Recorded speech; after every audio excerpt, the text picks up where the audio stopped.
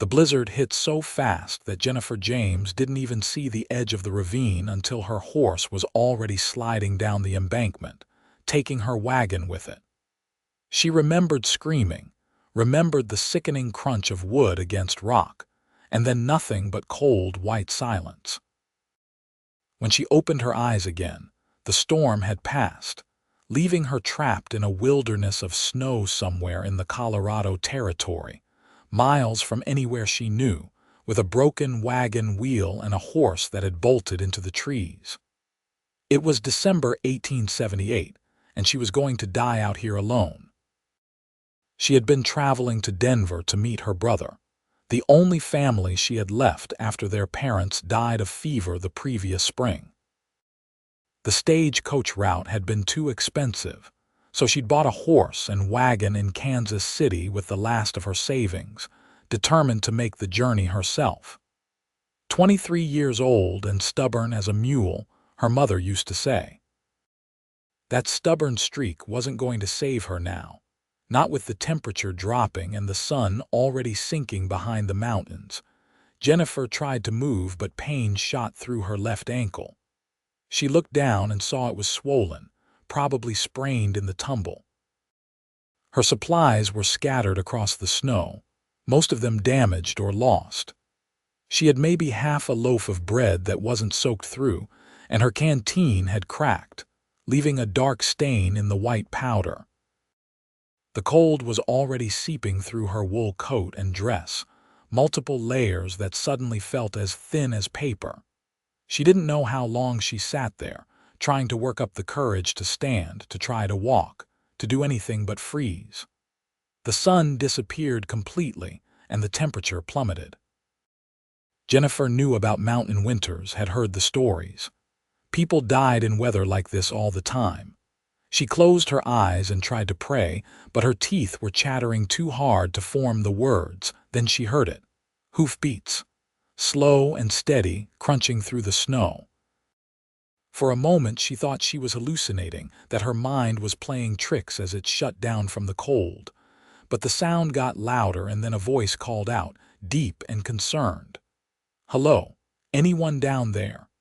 "Here," Jennifer tried to shout, but it came out as barely more than a croak. She tried again, putting every bit of strength she had left into it. "I'm here. Help me." The hoofbeats stopped, and then a man appeared at the top of the ravine, silhouetted against the darkening sky. He was tall, broad-shouldered, wearing a heavy coat and a wide-brimmed hat. "Hold on," he called down. "I'm coming to get you." He disappeared from view, and Jennifer heard him talking to his horse, soothing words she couldn't quite make out. Then he was climbing down the slope, moving with a confidence that said he knew these mountains well. When he reached her, she could finally see his face in the dim light. He looked to be in his late 20s, maybe 30 at most, with dark hair and eyes that were almost black. His face was weathered from sun and wind, with a strong jaw covered in a few days' worth of stubble. "Name's Barrett Garrison," he said, kneeling beside her in the snow. "Are you hurt?" "My ankle," Jennifer managed. "I can't walk on it. My horse ran off. The wagon is broken." Barrett nodded, his eyes scanning her quickly, professionally, like he was assessing the situation. "We need to get you warm. My ranch isn't far, maybe 2 miles. Can you ride?" "I think so." "Good." He stood and started gathering what he could of her scattered belongings, stuffing them into a canvas bag he'd brought with him.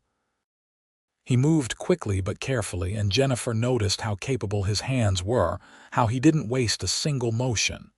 When he'd collected what he could, he came back to her side. "This is going to hurt," he said, "but I need to get you up to my horse. I'm going to carry you." "Ready." She nodded, and he slipped one arm under her knees and the other around her back, lifting her as easily as if she weighed nothing. The movement jostled her ankle, and she gasped, biting back a cry. Barrett paused, his face close to hers. "I'm sorry," he said, and she could hear the genuine apology in his voice. "Just a little further." The climb back up the ravine was agonizing, even though Barrett moved as carefully as he could. By the time they reached the top, Jennifer was dizzy with pain and cold. Barrett's horse was a massive chestnut gelding, calm and steady despite the wind that was picking up again. Barrett lifted her into the saddle, then swung up behind her, pulling her back against his chest and wrapping his coat around both of them. "Hold on," he said, and nudged the horse into a walk. Jennifer had no choice but to lean against him, too weak and cold to sit up straight on her own. She could feel the steady warmth of his body, the solid strength of his arms as he guided the horse through the snow. She wanted to thank him, to say something, but the words wouldn't come. All she could do was try to stay conscious as the horse carried them through the darkness. The ranch appeared out of nowhere, a dark shape against the snow-covered landscape. It was a simple wooden structure, larger than a cabin but not quite grand enough to be called a house. There was a barn nearby and a few other outbuildings, all looking sturdy and well-maintained. Smoke rose from the chimney, a sight so welcoming that Jennifer felt tears prick at her eyes. Barrett guided the horse to the barn first, dismounting with easy grace despite still holding her. He carried her inside, where it was marginally warmer, and set her gently on a hay bale. "Wait here," he said. "I need to get my horse settled, then I'll take you inside." She watched as he worked, moving through the familiar routine of unsaddling his horse, rubbing it down, making sure it had feed and water. There were 2 other horses in the barn, both looking at them with mild curiosity. Everything about the place spoke of a man who took care of what was his, who did things right. When he was done, Barrett came back and lifted her again, carrying her out of the barn and across the short distance to the house. Inside was warm, blessedly warm, with a fire crackling in the stone fireplace. The main room was simple but comfortable, with a wooden table and chairs, a worn sofa, a small kitchen area. Everything was neat and clean, which surprised her somehow. Barrett set her down on the sofa near the fire. "Let me get you some blankets," he said, disappearing into another room. He came back with an armload of quilts, heavy and thick, and began wrapping them around her. His hands were gentle but impersonal, the movements of someone used to taking care of things. "Your ankle," he said, kneeling in front of her. "I need to look at it." Jennifer nodded, too grateful to be embarrassed. Barrett carefully removed her boot, and even that small movement made her wince. Her ankle was swollen to twice its normal size, already turning purple. Barrett touched it carefully, his hand surprisingly gentle for someone so large. "It's sprained, not broken," he said after a moment. "You're lucky. I'll wrap it, get some ice on it. You'll need to stay off it for a while." "How long is a while?" Jennifer asked, finally finding her voice again. Barrett sat back on his heels, meeting her eyes for the first time since they'd gotten inside. "At least a week, maybe 2. And that's assuming the weather clears enough for travel, which this time of year, it might not."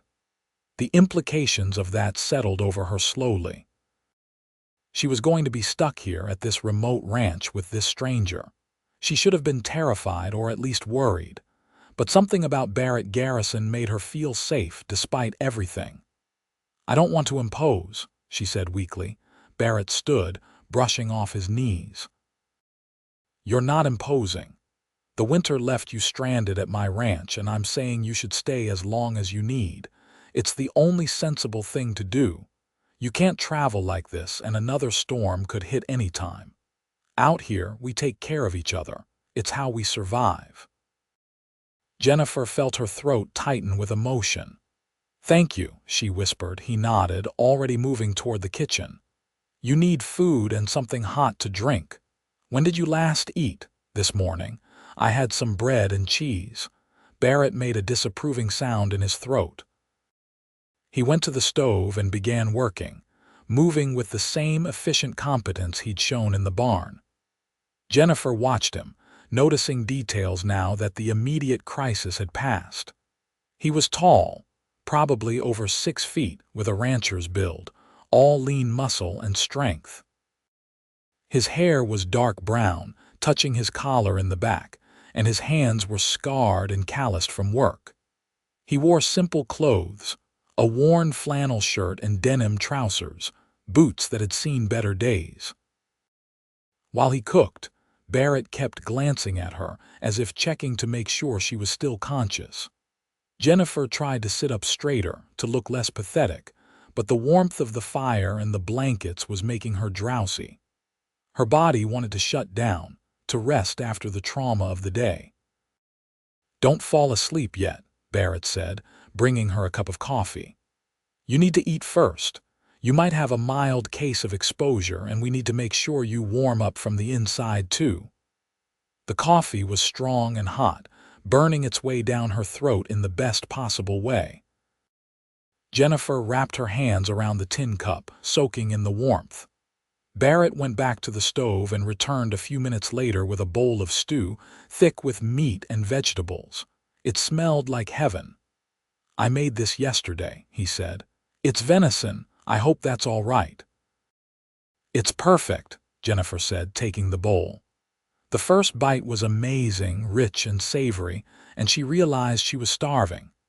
She ate quickly, almost desperately, while Barrett watched with what might have been approval. When she finished, he took the bowl and brought her more coffee. Then he pulled a chair over and sat down, his expression serious. "I need to know your name," he said, "and what you were doing out here alone."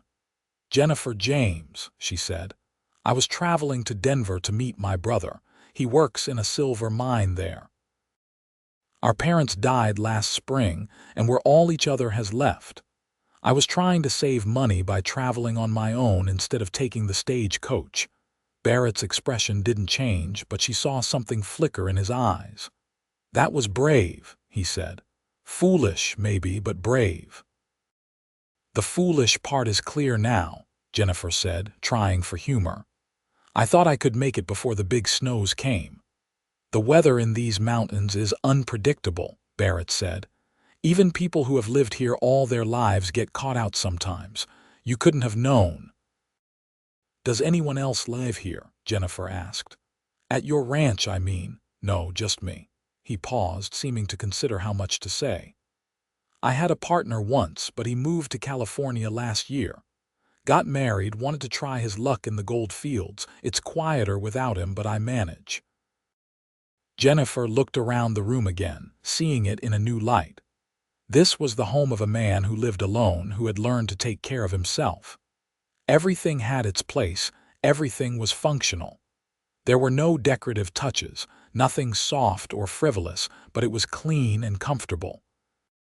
"How long have you been out here?" she asked. 5 years, Barrett said. "I bought the land from a man who was heading back east. He'd built the house and barn, started the ranch, but his wife couldn't take the isolation. I've built it up since then, added more land, increased the herd. It's a good life, if you don't mind being alone." There was something in the way he said that last part, a hint of loneliness that made Jennifer's heart ache. But before she could respond, Barrett stood. "You need rest," he said. "Real rest in a bed. I'll help you to my room." "I'll sleep out here on the sofa." "I can't take your bed," Jennifer protested. "You can and you will," Barrett said firmly. "You're injured and you've been through trauma. You need proper rest. Don't argue with me about this." His tone left no room for debate. Jennifer let him help her up, balancing on her good foot while he supported her weight. His bedroom was small but neat, with a large bed covered in more quilts and a simple dresser. The window looked out over the snow-covered valley, and even in the dark, Jennifer could tell the view was spectacular. Barrett helped her sit on the edge of the bed. "I'll bring you some water and leave it on the dresser," he said. "If you need anything during the night, anything at all, you call out. I'm a light sleeper. I'll hear you." "Thank you," Jennifer said again, the words feeling inadequate. "For everything, for saving my life." Barrett looked uncomfortable with the gratitude. Anyone would have done the same, he said gruffly. Not everyone, Jennifer said softly. Not everyone is kind. Their eyes met, and something passed between them, some understanding or connection that Jennifer couldn't quite name. Then Barrett looked away, clearing his throat. "Get some rest," he said, and left the room, closing the door quietly behind him. Jennifer sat for a moment, taking it all in. Less than 12 hours ago, she'd been traveling through the mountains, cold and alone. Now she was in a stranger's bed, safe and warm, her life saved by a man she'd just met. It felt surreal, like something from a story. But the pain in her ankle was real enough, as was the exhaustion that pulled at her like a weight. She managed to undress down to her chemise and drawers, hanging her dress and coat on a hook by the door to dry. The bed was soft, the quilts heavy and warm. She sank into them gratefully, her body finally able to relax. Through the door, she could hear Barrett moving around in the main room, the soft sounds of him banking the fire and settling down for the night. Jennifer closed her eyes and let herself drift, feeling safe for the first time since the blizzard had hit. She didn't know what the next days or weeks would bring, but for now, she was alive and warm and safe. That was enough. She woke the next morning to bright sunlight streaming through the window and the smell of coffee and bacon. For a moment she was disoriented, not remembering where she was. Then it all came rushing back. The storm, the crash, Barrett carrying her through the snow. Her ankle throbbed dully, reminding her of why she couldn't just get up and leave. Jennifer struggled to sit up, pushing her hair out of her face. Her dress was still damp, she realized with dismay. She couldn't very well go out there in just her undergarments. As if reading her thoughts, there was a soft knock on the door. "Miss James." Barrett's voice was carefully respectful. "I have some clothes for you. They belong to my mother. She left them here when she visited a few years back. They might be a bit old-fashioned, but they're clean and they'll fit better than anything of mine." "Thank you," Jennifer called. "You can leave them by the door." She heard him set something down, then his footsteps retreating. After a moment, she opened the door and found a neat stack of clothes. A simple brown dress, a white blouse, a warm woolen shawl, and even fresh undergarments. Everything was neatly folded, and she was touched by the thoughtfulness. Getting dressed was a challenge with her injured ankle, but she managed, taking her time. The clothes fit reasonably well, a little loose in places but nothing too bad. The dress was indeed old-fashioned from at least 10 years earlier, but it was warm and comfortable, and she was grateful for it. When she finally emerged from the bedroom, hopping on one foot and using the wall for support, Barrett looked up from the stove. His face showed relief when he saw her, though he tried to hide it. "Good morning," he said. "How's the ankle?" "Painful but bearable," Jennifer said honestly. "Thank you for the clothes. They fit perfectly." "My mother is about your size," Barrett said. He pulled out a chair at the table. "Sit down before you fall down. Breakfast is almost ready." Jennifer made her way to the table, grateful to sit. Barrett brought her coffee first, then a plate piled high with bacon, eggs, and fresh biscuits. She stared at it in amazement. "You made biscuits?" "I make them every few days," Barrett said, sitting down across from her with his own plate. "A man has to eat, and I got tired of beans and hardtack years ago. I taught myself to cook properly. It's not fancy, but it's good." The food was more than good, it was delicious. Jennifer ate with appetite, feeling her strength returning. Across the table, Barrett ate steadily, his manners simple but not crude. He didn't speak much during the meal, but the silence was comfortable rather than awkward. When they finished, Barrett cleared the dishes and went to a chest in the corner of the room. He came back with strips of clean cloth and a jar of something that smelled like herbs. "I need to wrap your ankle properly," he said. "May I?" Jennifer nodded, extending her leg. Barrett knelt beside her chair, handling her injured ankle with careful precision. His touch was gentle as he applied what turned out to be a poultice, then wrapped her ankle firmly with the cloth strips.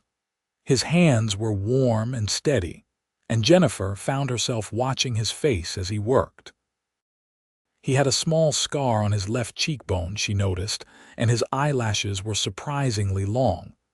"Where did you learn to do this?" she asked. "My father was a doctor back in Virginia," Barrett said, not looking up from his work. "I grew up helping him with patients.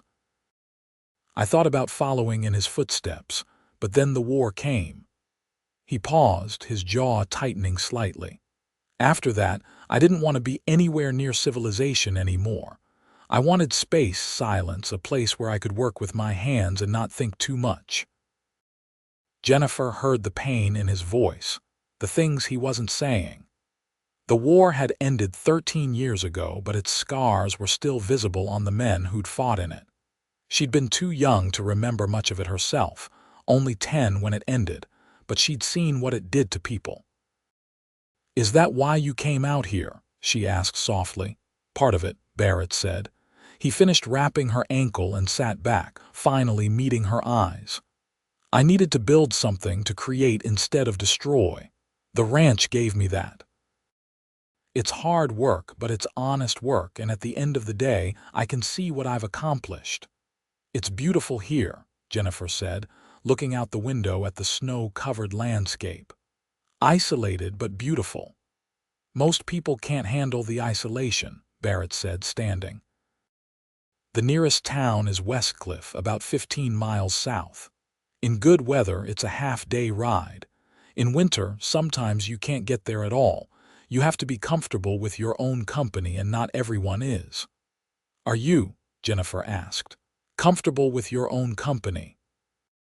Barrett was quiet for a moment, considering the question. "I thought I was," he said finally.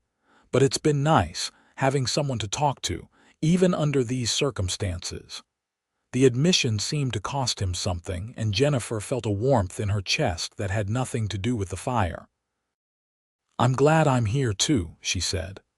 "I mean, I wish the circumstances were different, but I'm glad it was your ranch I ended up at." Their eyes met and held, and Jennifer felt that connection again, that sense of understanding. Then Barrett looked away, clearing his throat. "I need to check on the horses and do some work around the barn," he said. "Will you be all right here on your own for a few hours?" "Of course," Jennifer said. "But is there something I can do, some way I can help? I don't want to just sit here being useless." Barrett looked surprised. "You're recovering from an injury. You're not useless." "Still," Jennifer insisted, "there must be something. I can sew if anything needs mending, or I could prepare vegetables for dinner, something I can do sitting down." Barrett studied her for a moment, then nodded. "All right. There's a basket of mending in the chest over there if you're sure you're up for it. And this afternoon, if you're not too tired, you could help with dinner. I have some potatoes and carrots that need peeling." "I'd be happy to," Jennifer said, meaning it. She didn't like feeling helpless or like a burden.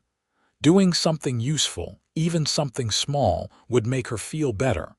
Barrett brought her the mending basket, along with a needle and thread, then bundled up in his heavy coat. "I'll be back in a few hours," he said. "Remember, if you need anything, just call out. The barn isn't far."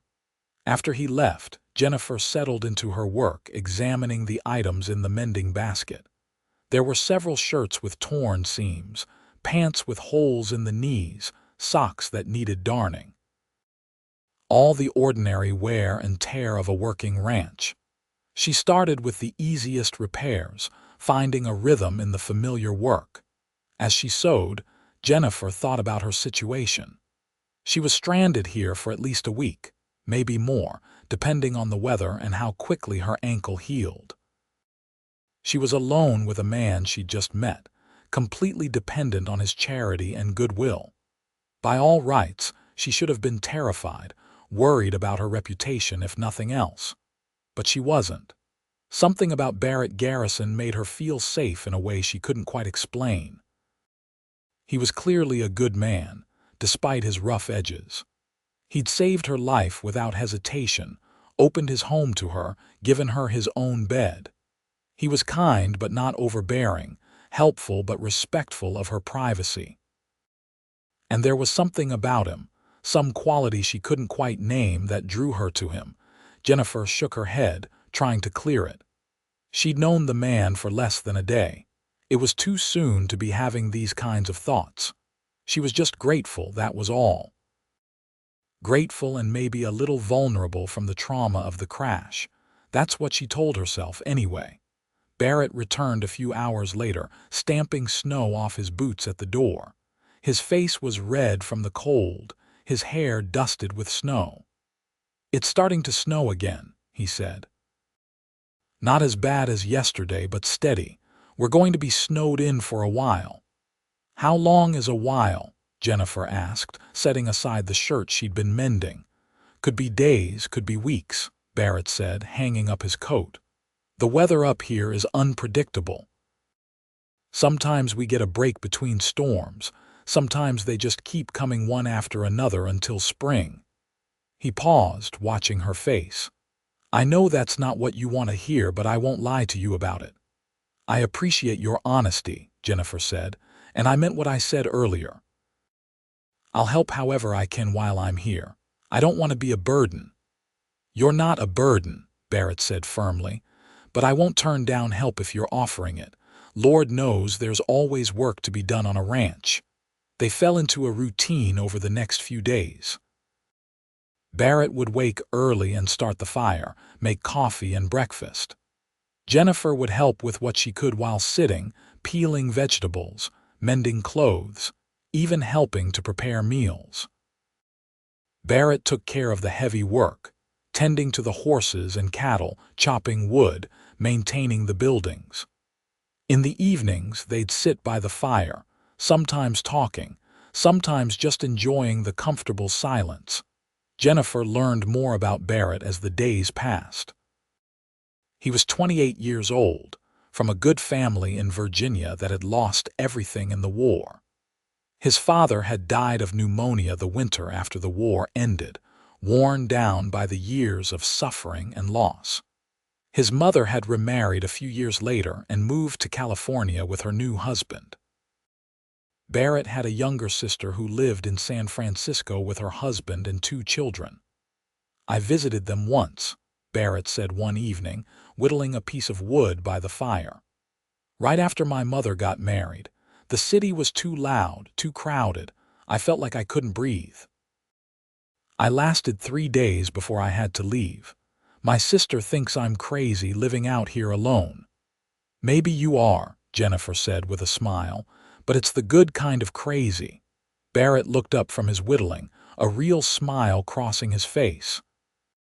It transformed him, making him look younger and less careworn.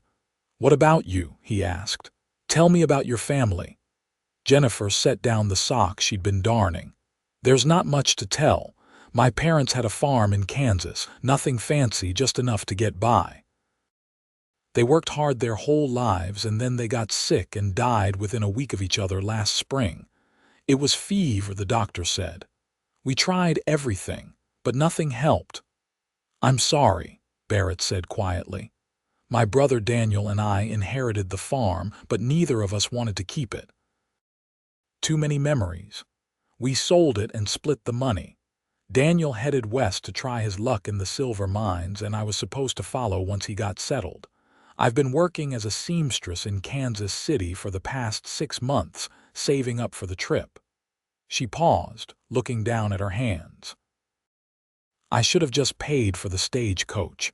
I was trying to be practical, to save money, and I nearly got myself killed." "You made the best decision you could with the information you had," Barrett said. "Don't torture yourself over it. You're safe now, and that's what matters." "Thanks to you," Jennifer said, meeting his eyes. Something passed between them in that moment, something warm and electric. Barrett looked away first, going back to his whittling with perhaps more focus than necessary. Jennifer picked up her darning again, her heart beating a little faster. A week passed, then another. The snow kept falling, sometimes heavily, sometimes just a light dusting, but enough to make travel impossible. Jennifer's ankle healed slowly, the swelling going down, the pain becoming more manageable. She could put weight on it now without crying out, though she still couldn't walk normally. The forced proximity could have been awkward, but instead, Jennifer found herself growing more comfortable with Barrett every day. They talked about everything and nothing, sharing stories of their pasts, their hopes and dreams. Barrett told her about his plans for the ranch, how he wanted to expand the herd, maybe plant some crops in the spring.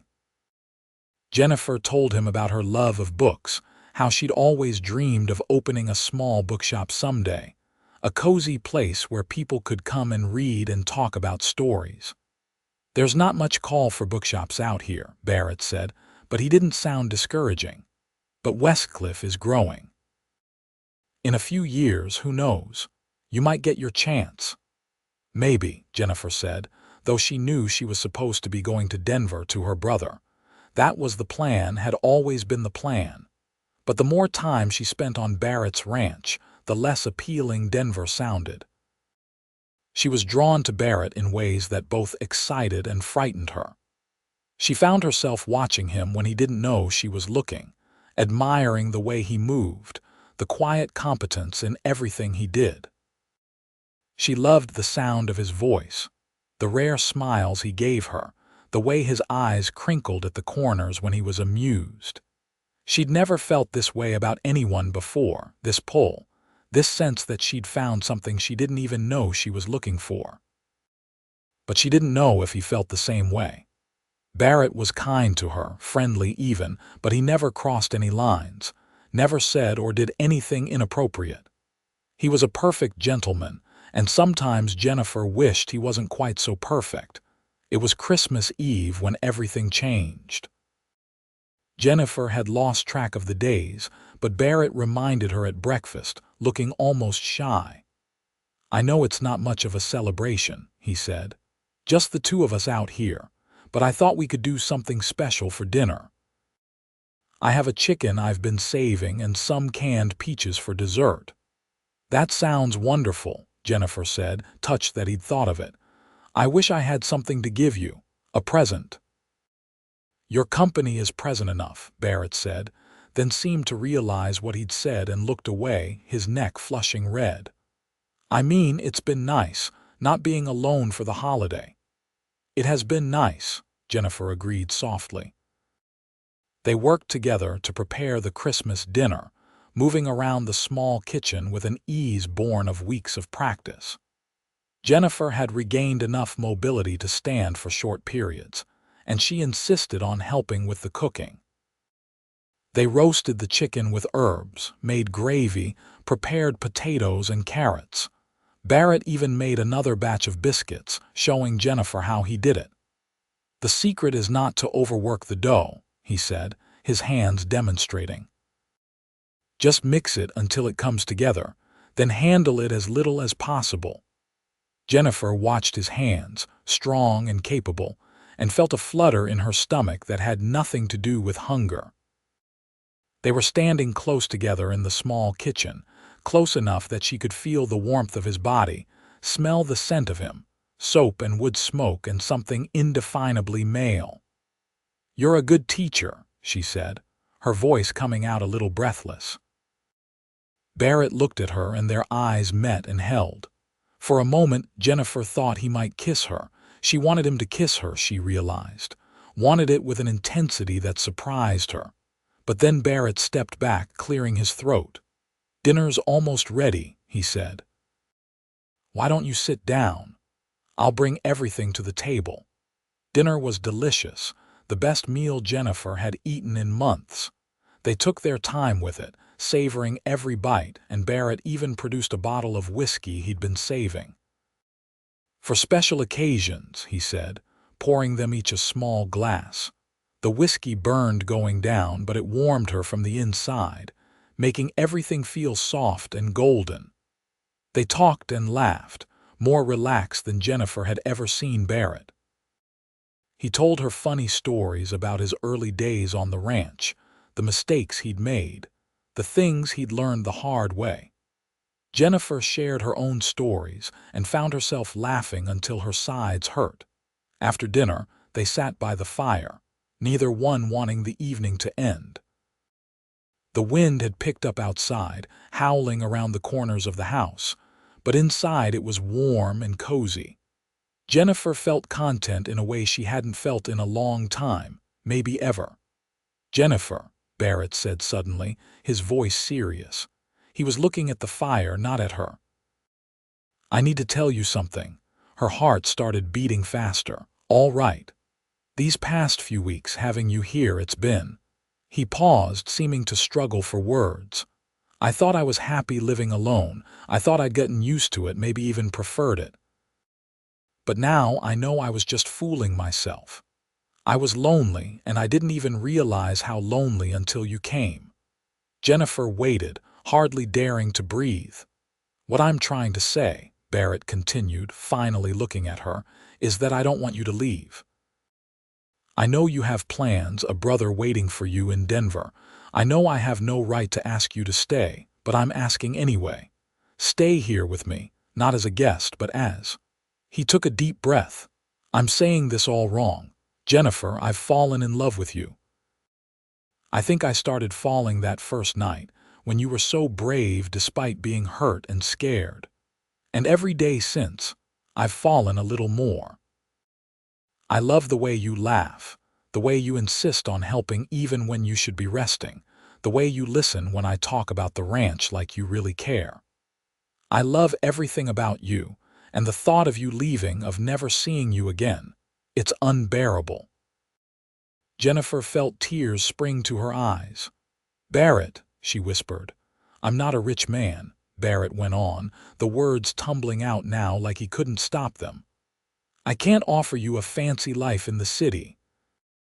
This ranch is all I have, and it's remote, and the work is hard, and sometimes the isolation is crushing. But I promise I'll take care of you. I'll work hard to make you happy. I'll be faithful and true, and I'll love you every day for the rest of my life. If you'll have me. If I'll have you." Jennifer repeated, and then she was laughing and crying at the same time. "Barrett, you saved my life. You took me in when I had nothing, cared for me, treated me with kindness and respect. And somewhere along the way, I fell in love with you too. I love your strength and your gentleness, the way you care for your animals, the way you've been so patient with me. I love your rare smiles and your terrible jokes and the way you hum when you're cooking. I love everything about you, and I don't want to go to Denver. I want to stay here with you if you really mean it." "I mean it," Barrett said fiercely. "I've never meant anything more in my life." He moved to her then, dropping to his knees in front of her chair, taking her hands in his. "Jennifer James, will you marry me? Will you stay here and build a life with me?" "Yes," Jennifer said, tears streaming down her face now. "Yes, Barrett, I'll marry you." He pulled her into his arms then, carefully, mindful of her ankle, and kissed her. It was everything a first kiss should be, sweet and tender and full of promise. Jennifer wrapped her arms around his neck, kissing him back, pouring all her love and hope and joy into it. When they finally pulled apart, both of them were breathing hard. Barrett rested his forehead against hers, his hands cupped around her face. "I can't believe this is real," he said. "I can't believe you're real." "I'm real," Jennifer said, kissing him again. "And I'm not going anywhere." They spent the rest of the evening making plans, talking about the future with an excitement that was intoxicating. They would get married as soon as the weather cleared enough to get to Westcliff. Jennifer would write to her brother, explaining what had happened, inviting him to visit when he could. Barrett talked about all the improvements he wanted to make to the house, including adding another room since they'd likely need it someday. "For children?" Jennifer asked, blushing. "If we're blessed with them," Barrett said, taking her hand. "I'd like that. A family of our own." "So would I," Jennifer said softly. That night, Jennifer fell asleep in Barrett's arms on the sofa, both of them too happy and too excited to want to be apart. It was improper, she knew, but somehow it didn't matter. They were engaged now, promised to each other, and she felt safe and loved in a way she'd never experienced before. The weather finally broke 3 days after Christmas. The sky cleared to a brilliant blue and the sun came out, sparkling on the snow like diamonds. Barrett declared it safe to travel, and they made plans to ride to Westcliff to find a preacher. "I know we should probably wait," Barrett said, helping Jennifer onto his horse. "Do this properly with your brother here with my family, but I don't want to wait. I want you to be my wife as soon as possible." "I don't want to wait either," Jennifer said. Her ankle was strong enough now to ride, though it still ached if she put too much weight on it. "Let's do it today if we can find someone to marry us." The ride to Westcliff took most of the day, but Jennifer didn't mind.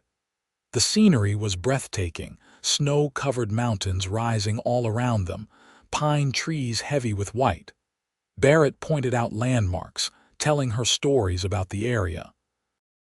He kept one arm around her waist as they rode, holding her close, and Jennifer leaned back against his chest, perfectly content. Westcliff was a small town, just a single main street with a general store, a saloon, a doctor's office, and a few other buildings. There was a small church at the end of the street, and Barrett guided the horse toward it. The preacher was a middle-aged man named Reverend Harmon, who greeted them warmly when they explained their purpose. He asked a few questions, establishing that they were both free to marry and of sound mind, then smiled. "I'd be honored to perform the ceremony," he said. "When would you like to do it?" "Now," Barrett and Jennifer said together, then looked at each other and laughed. "Well then," Reverend Harmon said, clearly amused, "let me get my wife. She can serve as a witness."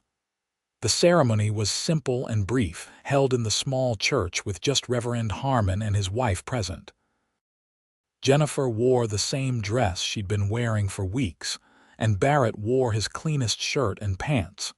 It wasn't fancy or grand, but it was perfect.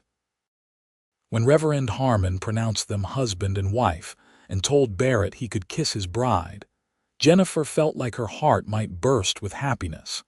They stayed in Westcliff just long enough to register the marriage and buy a few supplies, then headed back to the ranch.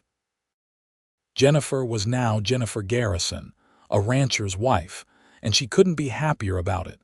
The winter passed in a blur of happiness. Jennifer settled into her new life with an ease that surprised her. She learned the rhythms of the ranch, helping Barrett with the animals, cooking their meals, maintaining their home. It was hard work, harder than anything she'd done before, but it was satisfying in a way her old life had never been. Barrett was everything she'd hoped for in a husband and more. He was patient and kind, teaching her everything she needed to know about ranch life. He was passionate and loving, making her feel cherished and desired. And he was her partner in every sense of the word, treating her opinions and ideas with respect, valuing her contributions. They spent the long winter evenings planning for the future. Barrett wanted to expand the herd come spring, and Jennifer suggested they could also start a vegetable garden, maybe even keep some chickens. They talked about improvements to the house, about trips they might take someday, about the family they hoped to have. "I want at least 3 children," Barrett said one night, his hand resting on her stomach. "Maybe 4. Enough to fill this house with noise and laughter." "That sounds perfect," Jennifer said, covering his hand with hers. She'd written to her brother in January, a long letter explaining everything that had happened. Daniel's response came in early March, brought by a rider from Westcliff. He was happy for her, he wrote, though surprised by how quickly everything had happened. He'd met a woman himself, a widow who ran a boarding house in Denver, and they were courting. He promised to visit as soon as the mountain passes were clear, hopefully by late spring. Spring came late to the mountains, but when it finally arrived, it was glorious. The snow melted away, revealing green meadows studded with wildflowers. The trees budded and then bloomed, and the air filled with the songs of birds returning from their winter homes. Barrett worked from dawn to dusk, repairing winter damage, preparing for the busy season ahead. Jennifer worked alongside him, stronger now, her ankle fully healed. In May, Jennifer realized she was pregnant. She'd suspected for a few weeks, but when she finally told Barrett, his reaction made her cry happy tears.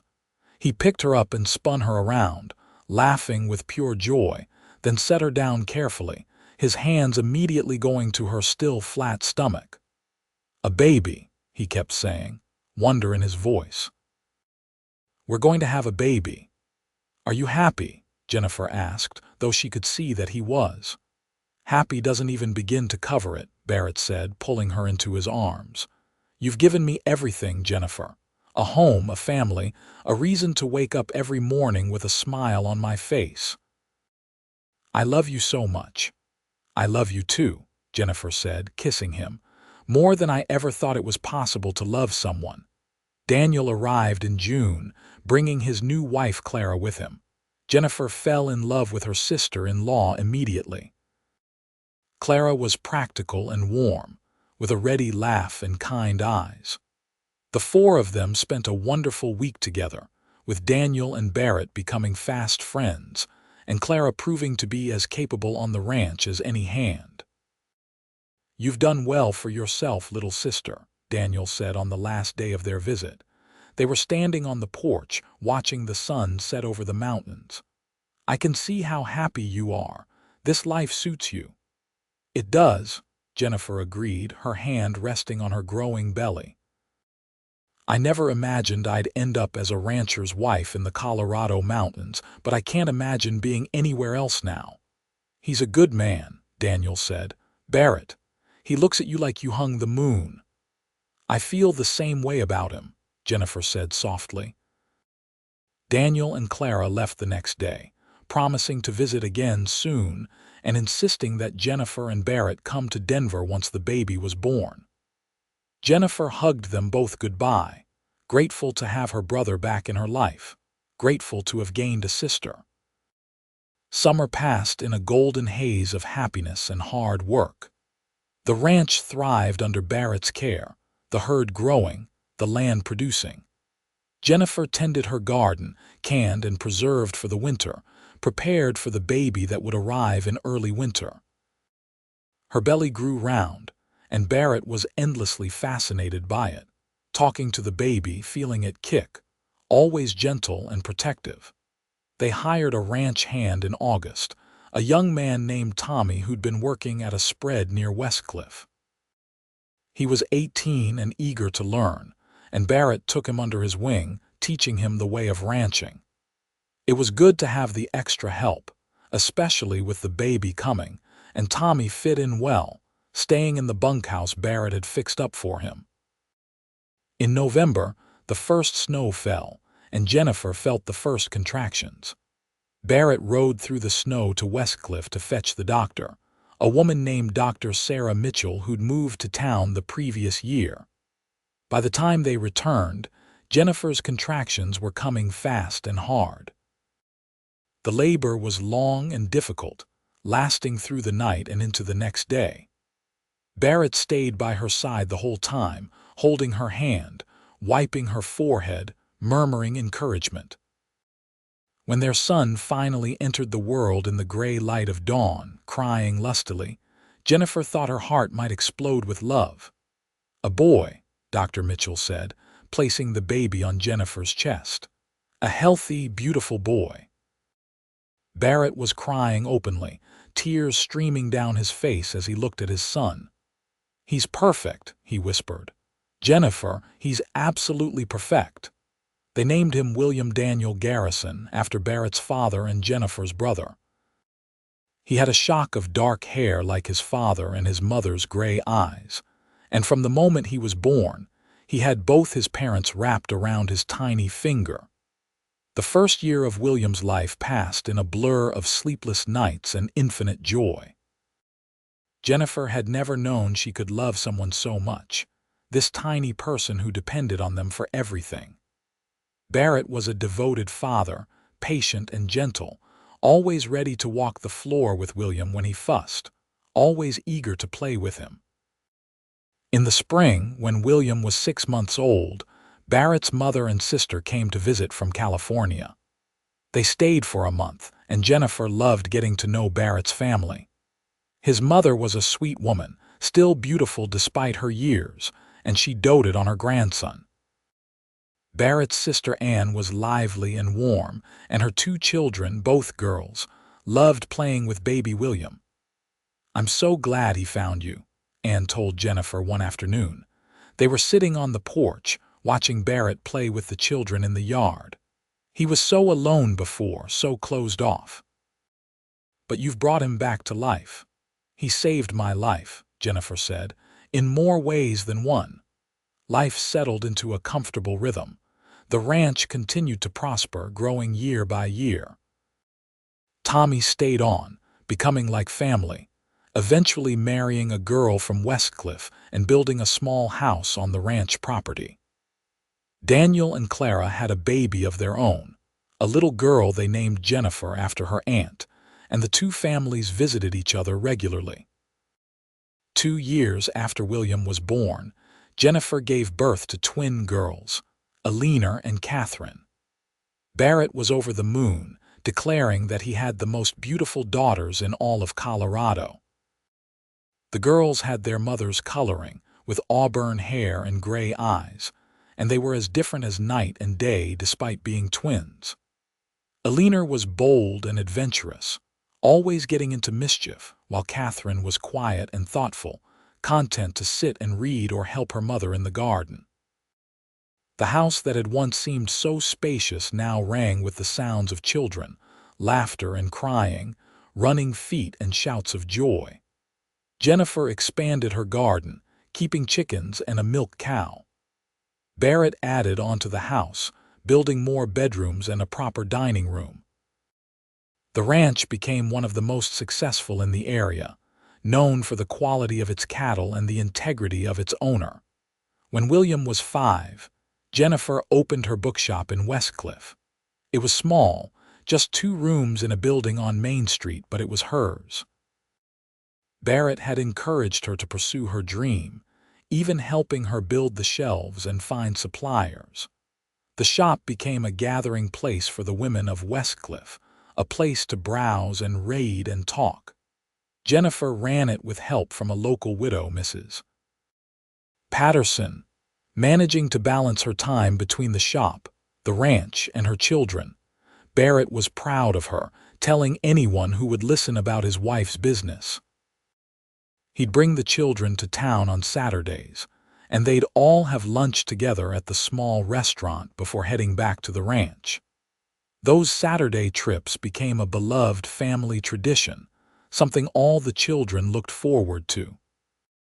The years passed, marked by seasons and celebrations, challenges overcome and joys celebrated. There was the year of the terrible drought when they thought they might lose everything, but managed to hold on through hard work and determination. There was the year William broke his arm falling from a tree, and Barrett had to set it himself because they couldn't get to town in time. There was the Christmas when the twins were 7 and they put on a play for the whole family, making everyone laugh until they cried. Through it all, Jennifer and Barrett's love only grew stronger. They still stole moments alone when they could, still looked at each other across a crowded room with that special spark. They still talked for hours by the fire after the children were asleep, sharing their thoughts and dreams, planning for the future. They'd built a life together, a real life, full of love and meaning and purpose. Jennifer sometimes thought back to that day in December 1878, when the blizzard had left her stranded and Barrett had found her. If someone had told her then what her future held, she never would have believed them. But here she was, living a life beyond her wildest dreams, married to a man who loved her unconditionally, mother to 3 beautiful children, owner of her own business, part of a community that had embraced her. William grew into a tall, strong young man who loved the ranch as much as his father did. Barrett began teaching him everything about ranching when he was just 8 years old, and by the time he was 16, William could handle any task on the property. He had his father's quiet strength and his mother's compassion, and everyone who met him knew he'd grow up to be a good man. The twins were 12 when Barrett came home one day with news that made Jennifer's heart sing. "I've bought more land," he announced. "The Johnson place, to the north. It adjoins our property, doubles our range. I'm going to need William's help full-time now, and maybe in a few years we can hire more hands." "Barrett, that's wonderful," Jennifer said, hugging him. "You've worked so hard for this." "We've worked hard for this," Barrett corrected, kissing her forehead. "Everything I've accomplished, I've done because you were by my side, believing in me, supporting me. You're my partner, Jennifer, in everything." That night, they celebrated with the children, toasting with lemonade and eating Jennifer's apple pie. William was excited about the expanded ranch, already making plans. The twins were happy because their parents were happy, dancing around the kitchen while Alina sang at the top of her lungs. Jennifer looked around at her family, at Barrett laughing at something William said, at Catherine setting the table with careful precision, at Alina spinning until she got dizzy and fell into her father's arms. This was everything she'd ever wanted, everything she didn't even know she'd been looking for. The seasons continued their eternal cycle, and the children continued to grow. When William was 18, a pretty blonde girl named Sarah started coming around, daughter of the feed store owner in Westcliff. Barrett and Jennifer watched with amusement and some nostalgia as their son fell head over heels in love, recognizing the signs all too well. "He's got it bad," Barrett said one evening, watching William ride off to meet Sarah at a church social. "Reminds me of someone I know," Jennifer teased, and Barrett pulled her close, kissing her soundly. "Can you blame me? You're just as beautiful now as the day I found you in that ravine." "More so, actually. You get more beautiful every year." "You're biased," Jennifer said, but she was blushing, pleased. "Absolutely," Barrett agreed. "And I wouldn't have it any other way." William and Sarah married when he turned 20, with the wedding held at the ranch. It was a big celebration, with friends and family coming from all over Colorado to join in the festivities. Daniel and Clara came with their 3 children. Barrett's mother and sister made the long journey from California, and half of Westcliff turned out for the party. Jennifer cried happy tears as she watched her son exchange vows with his bride, and Barrett squeezed her hand, understanding. Their boy was a man now, starting his own life, but he'd be staying on the ranch, building a house with Barrett's help just over the ridge. The Garrison Ranch would continue into the next generation. The twins were 15 now, young women rather than little girls. Alina had her mother's business sense and wanted to help run the bookshop, while Catherine loved animals and helped her father with the ranch work.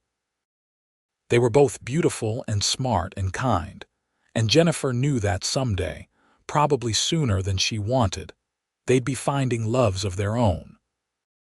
For now, though, they were still her girls, still willing to sit with her on the porch in the evenings, talking and laughing, sharing their thoughts and dreams. Those moments were precious, and Jennifer treasured every one.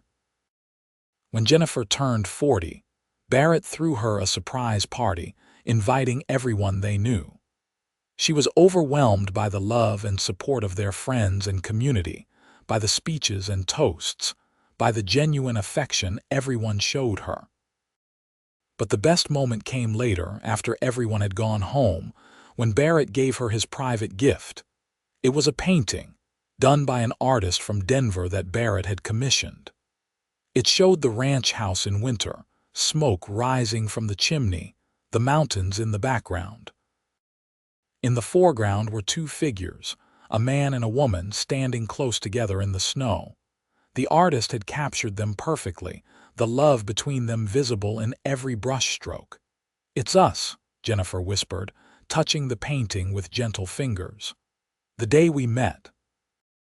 "The day my life really began," Barrett said softly. "I wanted you to have something that captured that moment, that reminded you of where we started. Look how far we've come, Jennifer. Look at everything we've built together." Jennifer turned to him, tears streaming down her face. "I love you," she said. "I have loved you from the moment you carried me through the snow. I will love you until my last breath and beyond." "And I love you," Barrett said, pulling her into his arms. "Today, tomorrow, always. You are my heart, Jennifer, my home, my everything." They stood there in their living room, holding each other, surrounded by the life they'd built together. Outside, the wind howled around the corners of the house, but inside, all was warm and safe and perfect.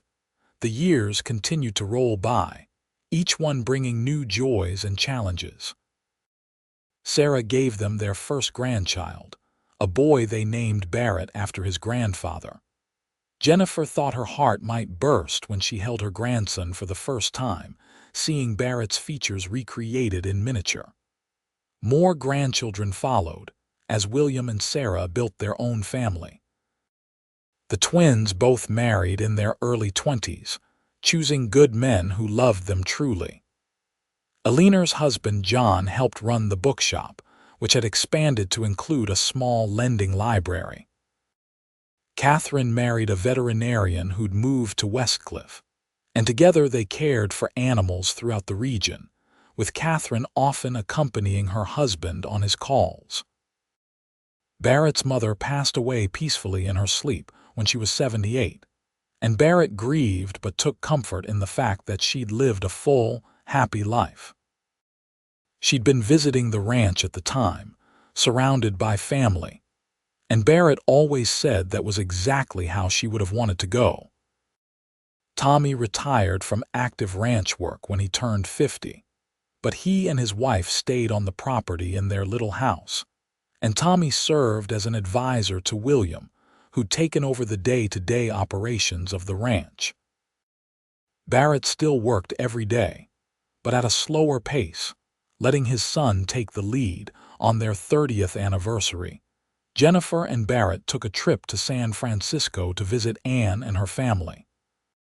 It was the first time they'd left Colorado together in years, and they enjoyed it immensely, seeing the sights, eating at fancy restaurants, acting like young lovers again. But they were both happy to come home to the ranch, to the mountains and the wide open spaces, to the place where they belonged. "I could never live in the city," Jennifer said as they rode back up to the ranch from Westcliff. "This is home. This will always be home." "For me too," Barrett agreed, his arm around her waist as they rode together on his faithful horse. "This land, this life, our family. It's everything I ever wanted and more than I ever dreamed possible." They celebrated Christmas of 1908 surrounded by their children and grandchildren, 11 grandchildren in all by that point, ranging from newborn to 18 years old. The house was full to bursting, children everywhere, laughter and noise and joy. Jennifer cooked for days, preparing all the family favorites, and Barrett carved the turkey with ceremony, making the grandchildren laugh with his dramatic flourishes. After dinner, Barrett stood and tapped his glass for attention. The room fell silent, everyone turning to look at him.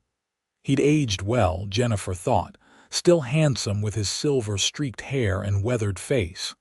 He was 60 now, but still strong, still vital. "I want to make a toast," Barrett said.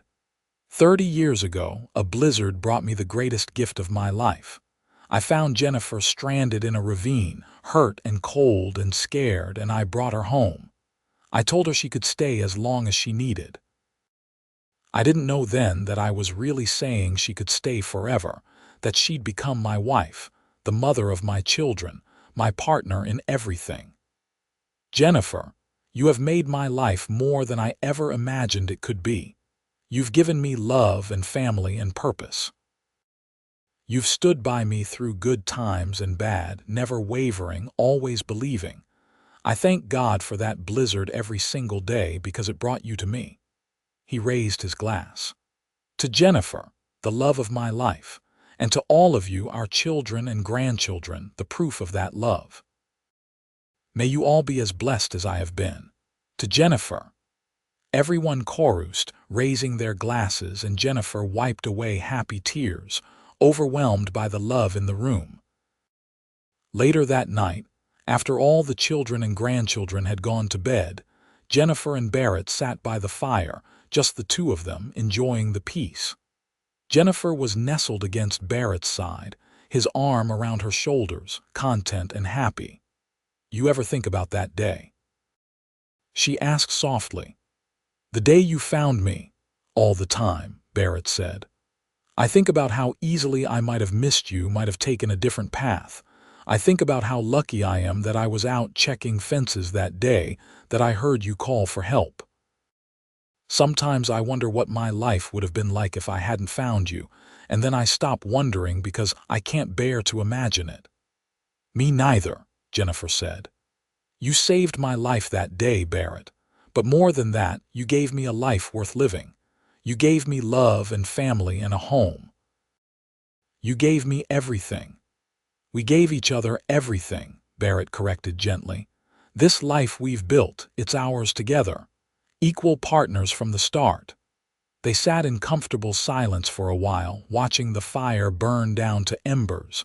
Then Jennifer spoke again, her voice thoughtful. I was so scared that day. I thought I was going to die alone in the snow. But even in that moment of terror, I never could have imagined what was waiting for me. If someone had told me that within a month I'd be married to a cowboy I just met, that I'd spend the rest of my life on a remote ranch in Colorado, that I'd be happier than I ever thought possible, I would have thought they were crazy. And now, Barrett asked. Now I know that sometimes the best things in life come from the most unexpected places. That love can strike like lightning, fast and fierce and transforming. That home isn't a place, it's a person. It's you, Barrett. You're my home wherever we are. Barrett turned to face her, cupping her face in his hands. And you're mine, he said softly. Then he kissed her, tender and sweet, a kiss full of 30 years of love and devotion and partnership. When they finally went to bed that night, Jennifer fell asleep in Barrett's arms, just as she had every night for the past 30 years. She dreamed of that first day, of being stranded in the snow, of Barrett's voice calling out to her. But in her dream, she wasn't scared. Because somehow, even then, she'd known that everything was going to be all right. She'd known that the man who found her, who carried her through the snow and told her to stay as long as she needed, was going to be her everything. The years continued to pass gently. Barrett and Jennifer grew older together, their hair turning silver, their faces gaining more lines, but their love never dimming. They remained active in their community, Jennifer still helping at the bookshop until she was well into her 60s, Barrett still working on the ranch, though in an advisory capacity. They took joy in their expanding family. William and Sarah had 5 children in total, all of whom grew up on the ranch, learning the land and the work. Eleanor and John had 3 children, bookish and clever like their mother. Catherine and her husband had 4 children, all of whom inherited their mother's love of animals. Barrett and Jennifer became great-grandparents in 1920, when William's oldest daughter had a baby girl. Jennifer was 65 years old, and she held that tiny baby with tears in her eyes, marveling at the continuation of life, the way love multiplied across generations. "Our legacy," Barrett said softly, standing beside her, looking down at his great-granddaughter. "Love is always the legacy," Jennifer said. "Everything else is just details." They celebrated their 50th wedding anniversary in 1929, surrounded by more family than Jennifer could count. The celebration was held at the ranch, of course, with a tent set up in the meadow because the house couldn't hold everyone. There were speeches and toasts, laughter and music, 3 generations of Garrisons coming together to celebrate the love that had started it all. Barrett and Jennifer renewed their vows that day, standing in the same spot where William had been married, where Alina had been married, where Catherine had been married. The same preacher who'd married them 50 years ago was long gone, but his successor performed the ceremony with joy and reverence. "I, Barrett Garrison, take you, Jennifer Garrison, to be my wife," Barrett said, his voice still strong despite his 79 years. "To have and to hold from this day forward, for better or worse, in sickness and in health, to love and to cherish, until death do us part. Just as I did 50 years ago, just as I would again and again and again. You are my greatest blessing, Jennifer. My heart, my home, my everything." Jennifer's vow was equally heartfelt, her voice breaking with emotion as she spoke of her love for this man who had saved her, who had loved her, who had built a life with her that exceeded her wildest dreams. When they kissed, their family erupted in cheers and applause, and Jennifer thought her heart might burst with happiness. This was what it was all about, she thought. This love, this family, this life. This was what made everything worth it. Barrett passed away peacefully in his sleep in the spring of 1932, at the age of 82.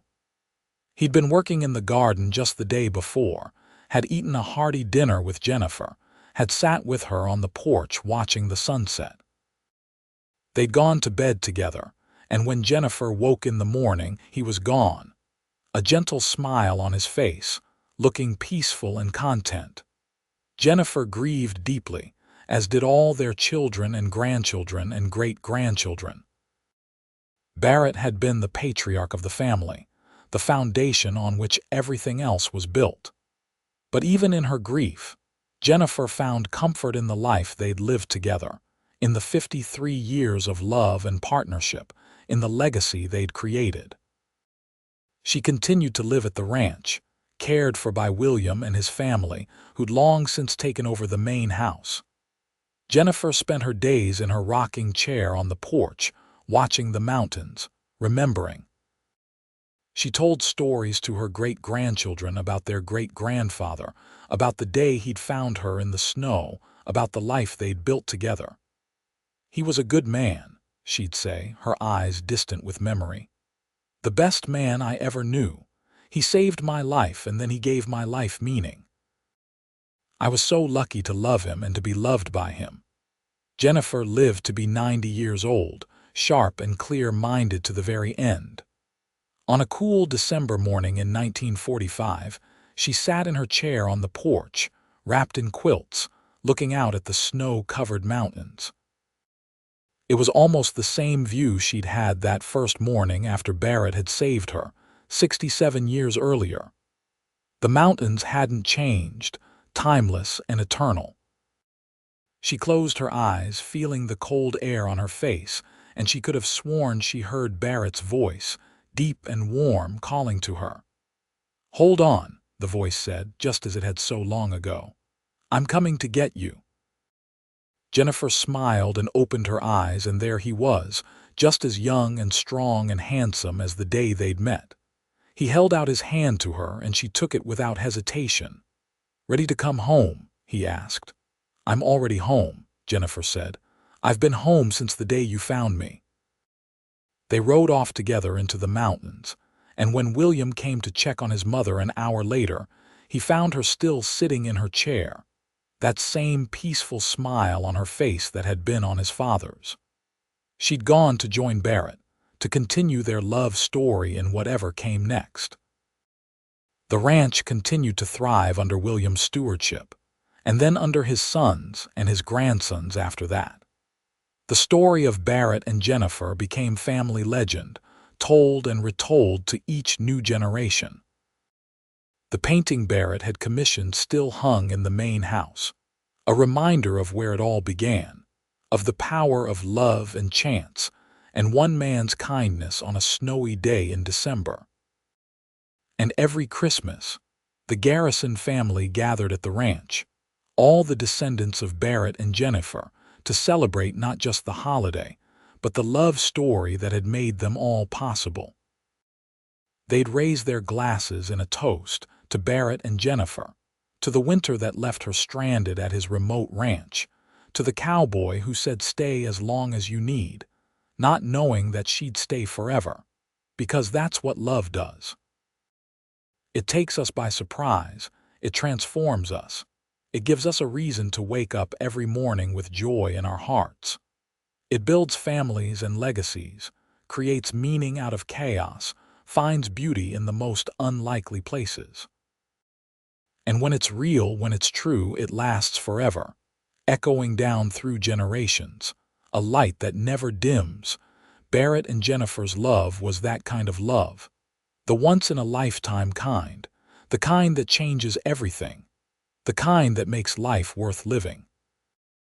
And their story, which began with a blizzard and a rescue and a simple invitation to stay, became a testament to the power of love, a reminder that sometimes the best things in life happen when we least expect them, when we're cold and scared and stranded, and someone comes along and offers us not just shelter, but a home.